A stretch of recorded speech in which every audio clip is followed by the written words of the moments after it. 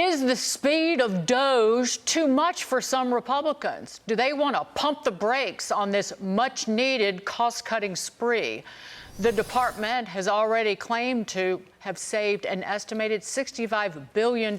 Yet some Republicans are expressing concern that DOGE might be moving too fast. Joining us now to discuss, Georgia Congressman Rich McCormick. Congressman, great to see you.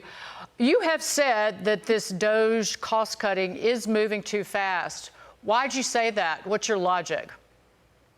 I have no problem with saving. I have no problem with getting rid of waste, fraud, and abuse. But when it comes to cutting people's jobs, just laying them off without having a backup, without having the ability to pay bills. We're not talking about Democrats. We're not talking about Republicans. We're talking about Americans.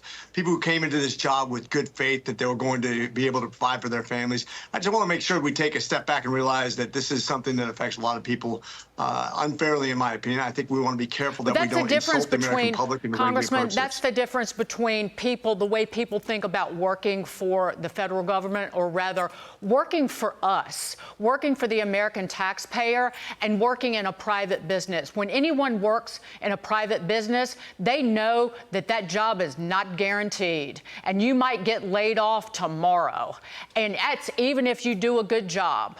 And so why should government employees who are probationary employees, who are new to these positions, be treated differently than anybody in the private sector? Because that's what you're saying. That's a good question. No, that's a good question, and actually that's a very fair point. At the same time, one of the things we're doing is we're celebrating. Like having pictures of chainsaws and actually making fun of it, making light of it. It's a hardship, and even when we lose jobs in the private sector, we don't celebrate that. I think we have to be careful to be sensible to those people who are going to lose those jobs.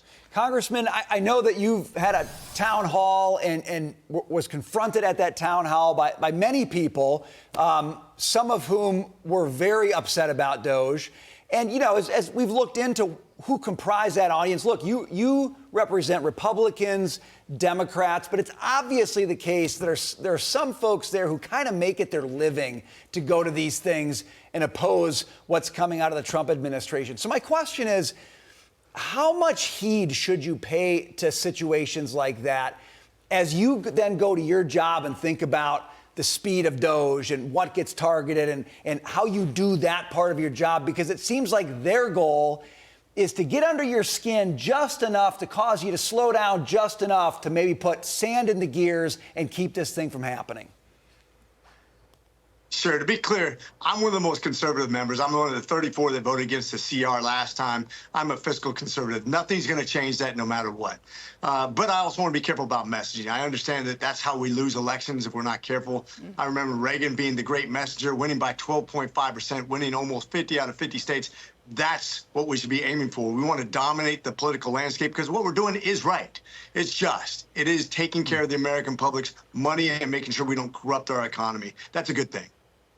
Congressman, let's move on to the House, the budget blueprint, the framework that passed, and what, as this moves forward, what you will be in favor of. Because if you're a fiscal conservative, we had House Speaker Johnson talking about he's in favor of the neutral scoring of the tax cuts, which would mean that there wouldn't have to be pay-fors. He's in favor of, this is coming out of the Senate, in favor of making the tax cuts permanent rather than just a multi-year extension of them. But what are you in favor of? And particularly if you're a conservative, talk about some spending cuts. Yeah, one of the things that's not going to be covered this is the mandatory spending. That's really not being looked at right now, which that has to be tackled. There's some bipartisan ways to extend Social Security by being responsible, by small adjustments over a long period of time. But there's a ton of spending the DOGE has identified that we can get rid of. There's some Medicaid fraud, waste, abuse for Medicare and Medicaid as well. And I think we do a lot to cut back on some real wasteful spending. But I want to lock in those tax cuts because I think that's what makes the economy hum. We want to make sure that the private sector is what's growing, not the federal government. That's a good way to take care of the first step.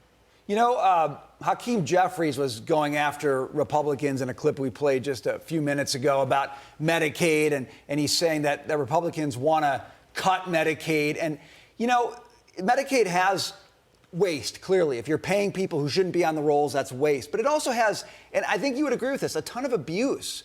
People getting benefits because states decide we're going to give away these amazingly broad benefits and we're going to charge the federal government a percentage of that, and we end up bloating that government, that program, year after year.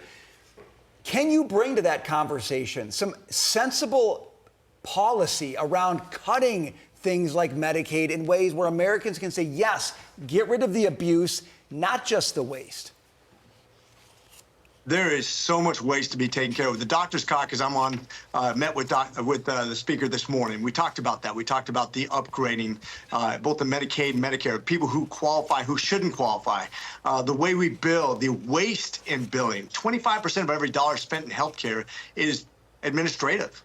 This is a $5 trillion industry. There is so much we can save by being more efficient, so much waste we could cut, so much better we can do in efficiencies.